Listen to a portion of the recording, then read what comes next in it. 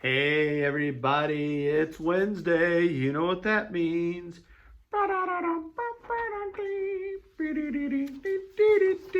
It's What's Up, GaFUMCk. How's it going, Godfrey First? This is your midweek reminder of everything going on here at Godfrey First. We're going to get to Barb and Pastor Jay here in just a couple of minutes. But first, I'm going to give you something a little bit to think about, talk about amongst your friends. I told you last week I'm going to start reading this book, The Mr. Rogers Effect, and I did start reading it this week, and I only got through the introduction because, man, there is so much in this. What an amazing person Mr. Rogers was. What an amazing ministry that he led in his life. For those of you that don't know, he was an ordained Presbyterian pastor. I believe it was Presbyterian. If that was wrong, please let me know. So he was actually the Reverend Fred Rogers, but in an interview with his wife said he never talked about God on his show. His show was his ministry, his show for children, for Mr. Rogers' Neighborhood. He never talked about God on his show, but he always talked about God's values. How cool is that? What a ministry that guy had.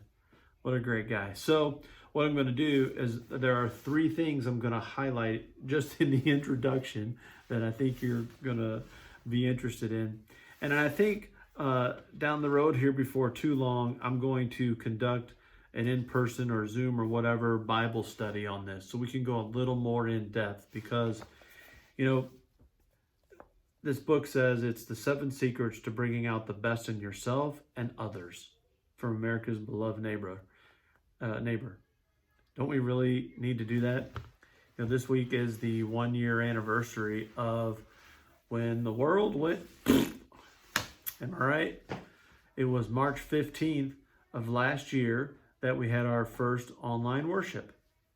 And it was a year ago that we were all fighting for toilet paper. I remember hunting on Amazon trying to find toilet paper because I couldn't find it anywhere else. What a ridiculous time we've had. And in that time, as negative as it's been, we've always tried to find some positives. We've always looked for silver linings. We've always looked for new ways to do things and hope and all that kind of stuff. But there's also been a lot of stuff that's not been so nice. We have fought in this past year about politics. We have fought about racism and the riots that took place last summer. We have fought about whether or not to wear masks. We have fought about whether or not sports should be taking place or movie theaters should be open or business restaurants and bars should be open. We have fought about whether or not to wear masks. And I said that. We fought about whether or not to get the vaccine. We have fought about everything. And in a not so nice way, we have fought about things.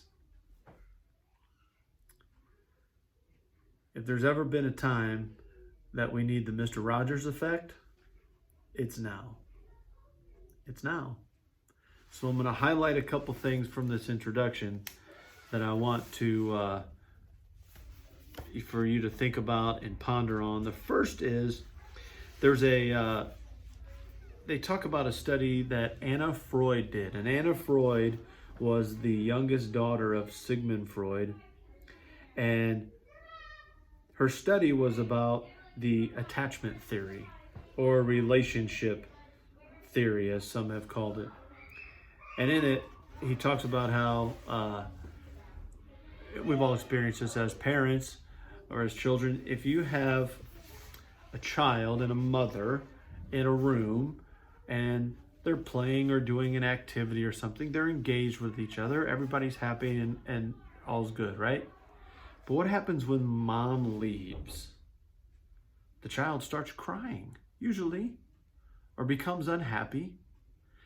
And you can have somebody else come in and play the same toys or do the same activities, but the child's not happy. The child's not engaged. It may kind of, but what's the child also doing? Looking around to see if mom's still coming back.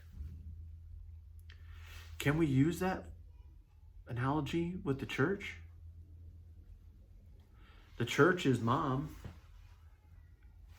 Are we being that loving, caring, supportive, familiar thing, person, people that the children of God need?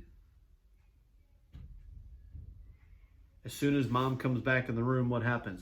The child stops crying and they engage and they hug and all is well, right?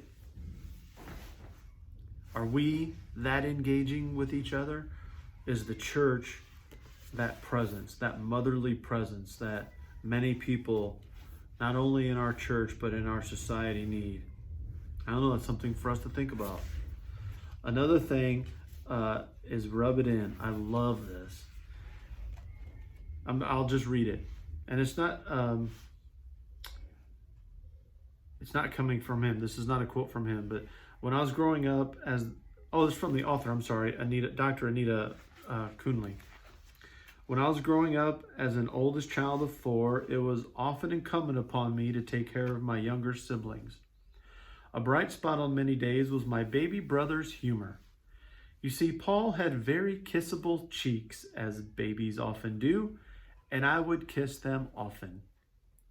One day when he was about 4, after I'd given him some kisses, I saw him rubbing his cheek. And I said, "Oh, Paul, are you wiping off my kisses?" He looked at me with great sincerity, his eyes wide as he responded, "I'm not wiping them off, I'm rubbing them in." Man, how awesome is that? Again, put that in our own lives. Are we seeing people and all that when they want to give us attention and they want to give us the proverbial kiss on the cheek, are we rubbing it off, wiping it off? Are we rubbing it in? Are we being distant with each other, or are we being accepting and loving of each other? There are some videos on YouTube. I do this all the time. Here's a video of an interview, or clips of interviews from 94 and 97 that Mr. Rogers did with Charlie Rose. And you can see here are other videos. I got into a rabbit hole earlier about, you click on one video and others pop up, and then you click on one of these and others pop up. I've watched 3 of those just this morning. And a couple things I wanted to highlight from that. There was a comment, and actually it's the start of his book. There's a comment in this video. One of the commenters that watched it, it's been seen 684,000 times.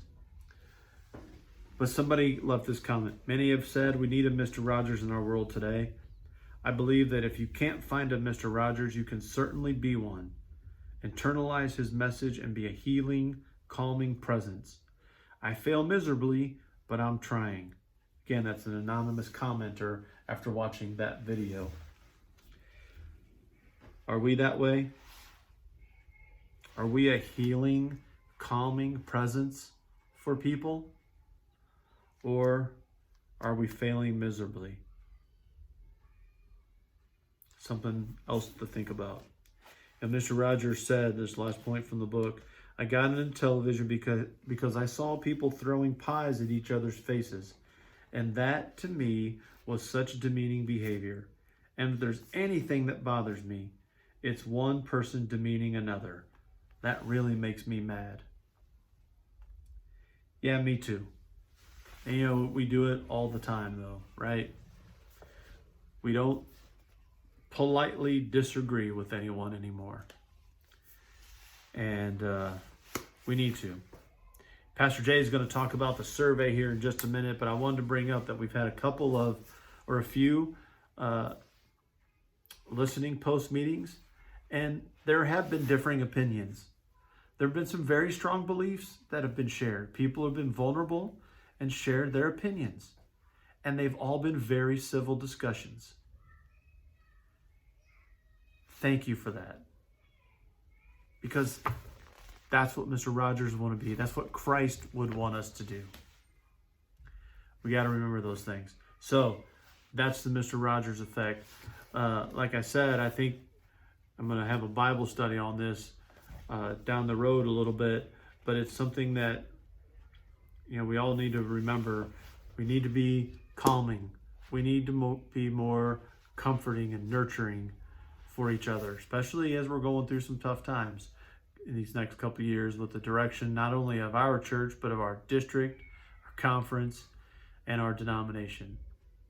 So we'll keep praying for that. All right, let's go see what Barb and Pastor Jay are up to. I always forget that I have to put my mask on before I do this.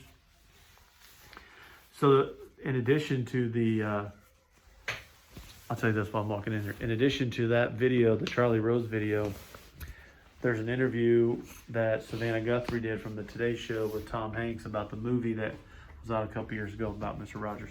I highly recommend you watch that as well.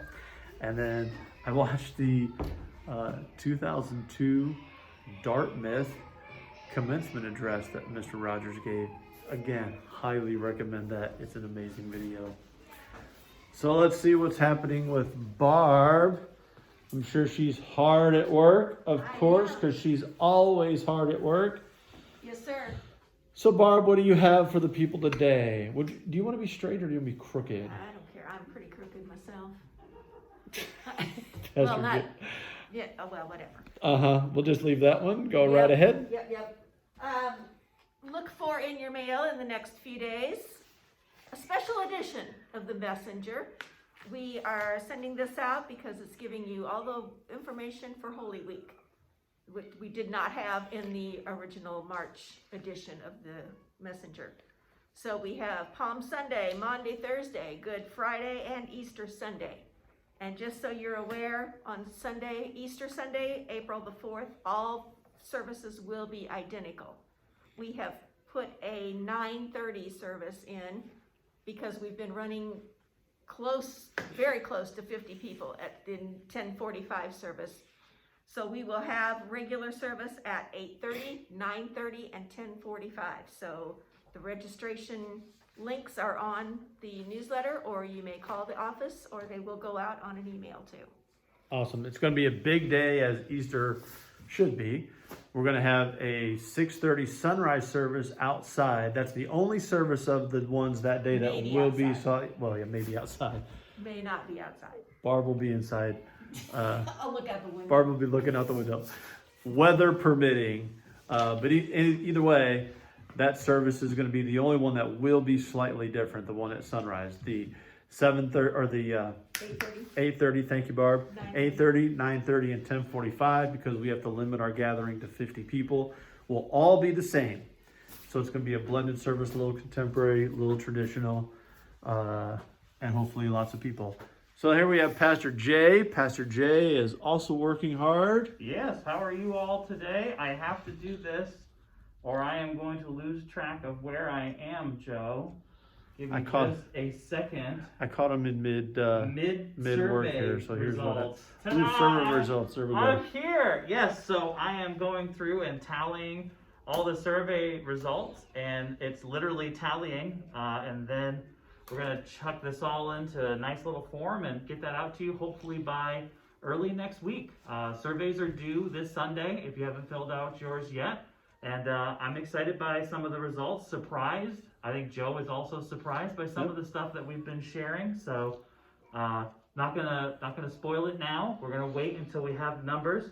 I know I was telling Barb the other day, I wish I could tell you something, but they're all just tally marks for now. So I got nothing. But we're getting there. We got a really good response though. I wanna thank you all for each and every one of you that have turned one in. And thank you for your honesty too.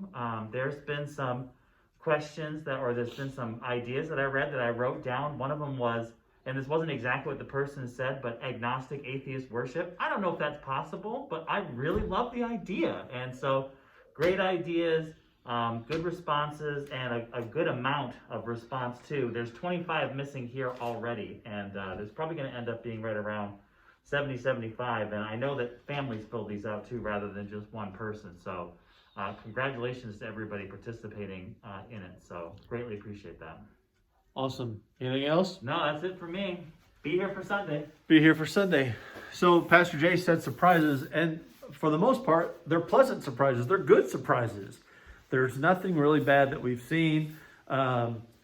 So thank you again for everybody's support. Bringing on it. If you have yours turned in after Sunday, we're still going to look at it. We're still going to count it, but we're going to start moving forward. So try to get your survey in by this Sunday, March 14th. Guys, it's been awesome sharing with you today. Remember, over the next days, weeks, months, years, however long you are, be nice to each other. Be that good neighbor. Be the loving, comforting, accepting person that Christ wants you to be. Not just because Christ says so, because Mr. Rogers says so. Amen. Blessings, church. We'll see you Sunday.